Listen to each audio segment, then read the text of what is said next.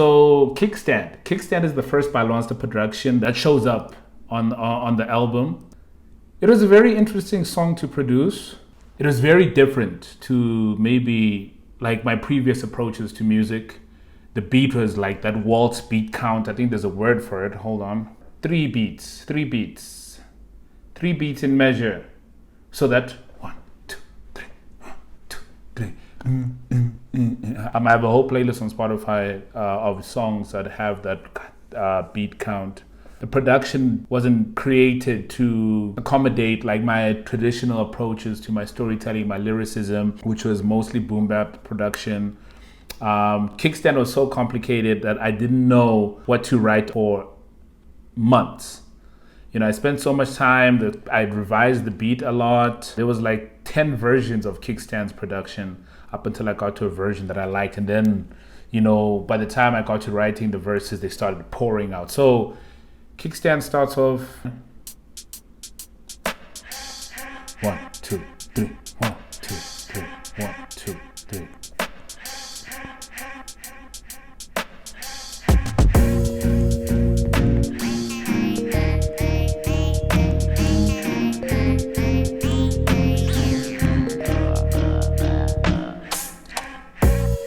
So the what I was trying to achieve with this particular song was I was trying to recreate a dark and bluesy feeling, one that is very common in a lot of Lana Del Rey's music. As a song called Cherry from Lust for Life really kind of inspired my approach to this particular beat.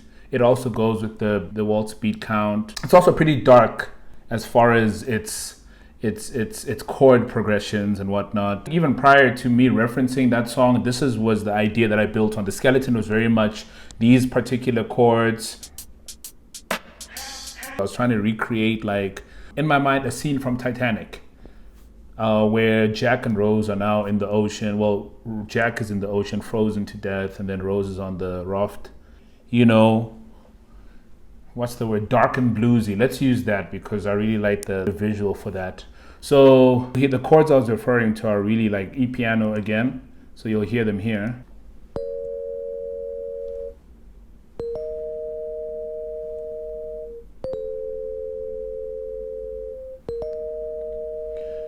At this point, I hadn't really refined my, key playing.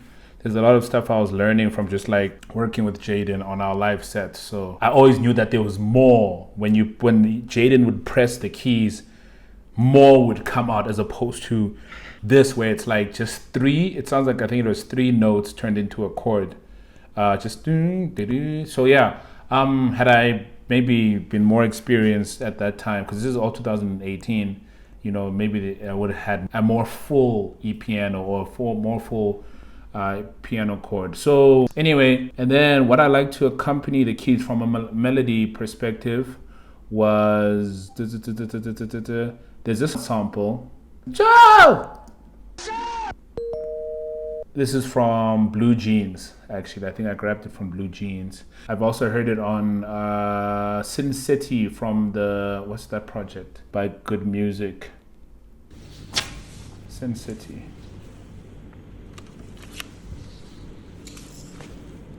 It showed on the screen.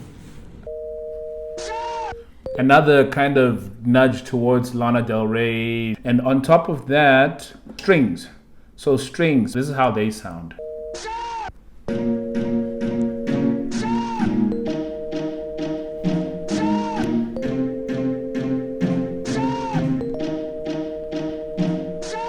So I think all of this, I guess I kind of gauged that, what I was playing chords-wise needed to be fuller. So these other elements were there to accompany the chord and also add interest each time maybe sections appear in the beat, like we get to the bridge or part of the verse.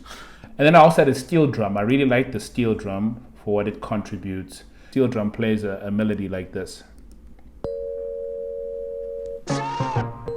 Actually, let's hear it by itself.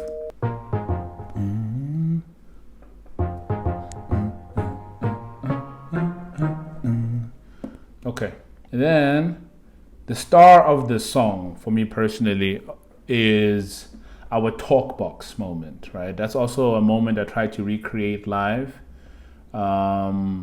at the shows with my mouth. I just spoiled it. Let me go play it. Here it is, voice box. That's what they call it here. So this is, and I'll explain how I made this as well.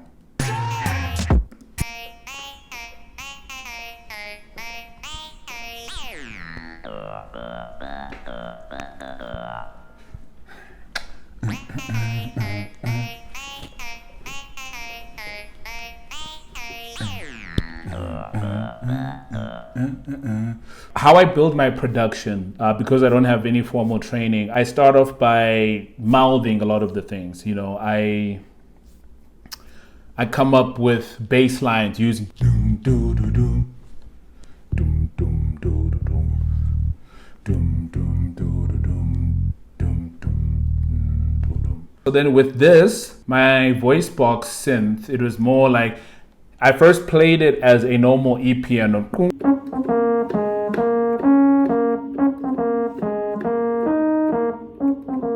Then I just ran my hand over the keys, my MIDI.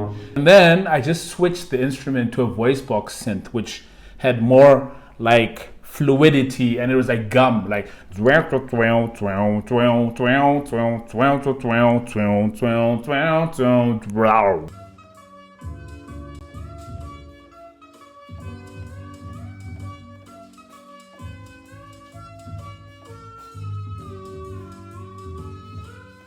so that running across the keys, as opposed to it's just kind of like, and then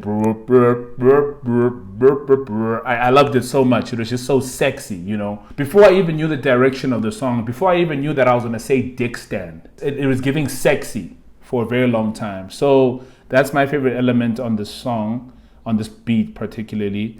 And then obviously, if we move on to our drums, okay, let's start with the hi-hats. So these hi-hats, I created hi-hats that on its own, it plays like this. Together with the other one, it's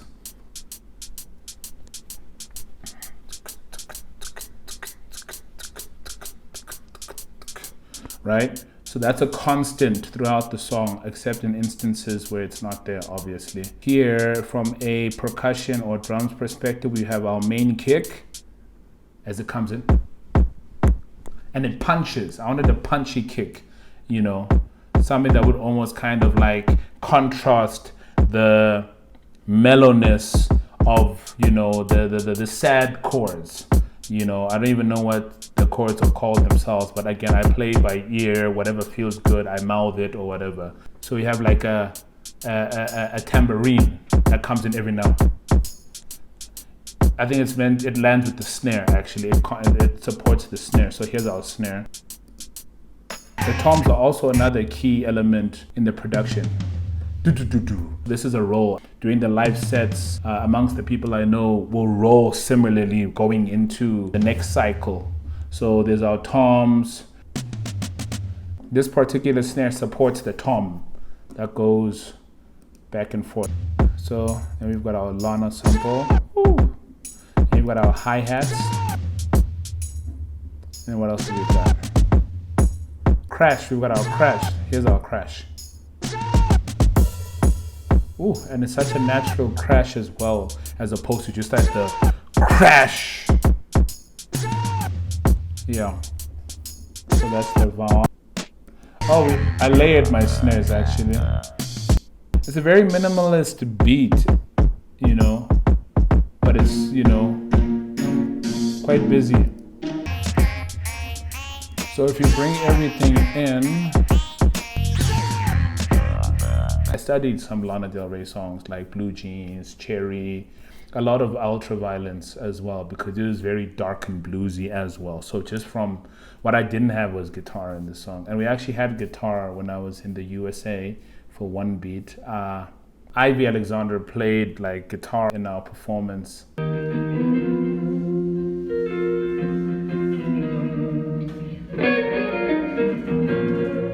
He fucked it up. In a good way. I always say that and people think that, wait, what? When I say you fucked it up, I mean you fucking killed it. You did a great job. Anyway, So another interesting thing about Kickstand, right? So when I had finished recording it, I found that it ended at about 2 minutes. And for a song that I was so proud of and that really strained me as far as writing to it, I was like, no, I need to kind of find a way to extend this song. So I added a switch up.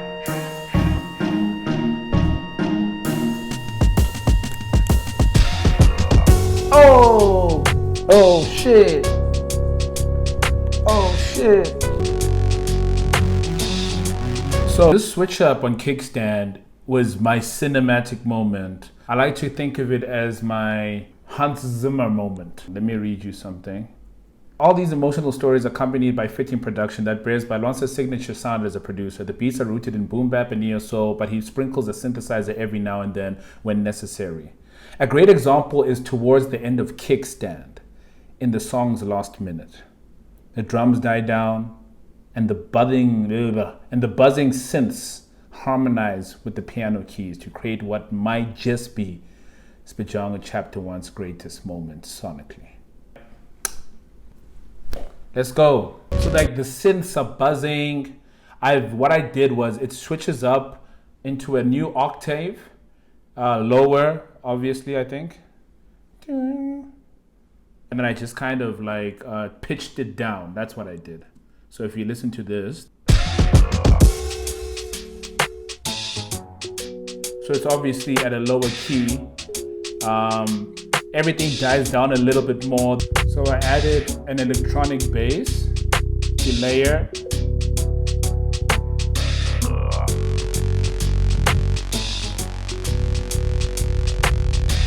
And to accompany that element, I added like a pad as well. This is the moment where our hero, Jack, but ByLwansta as Jack is drowning now. You know, all that was missing was.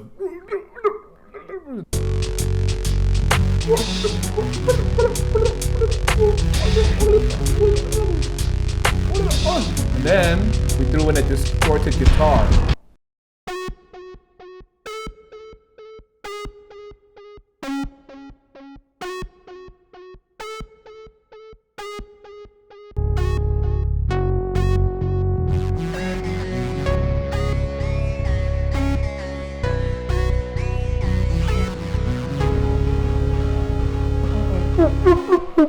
And he is drowned and he has died. But yeah, I wanted this song to be pretty dramatic. You know, there's so many dramatic moments with the toms that just constantly to the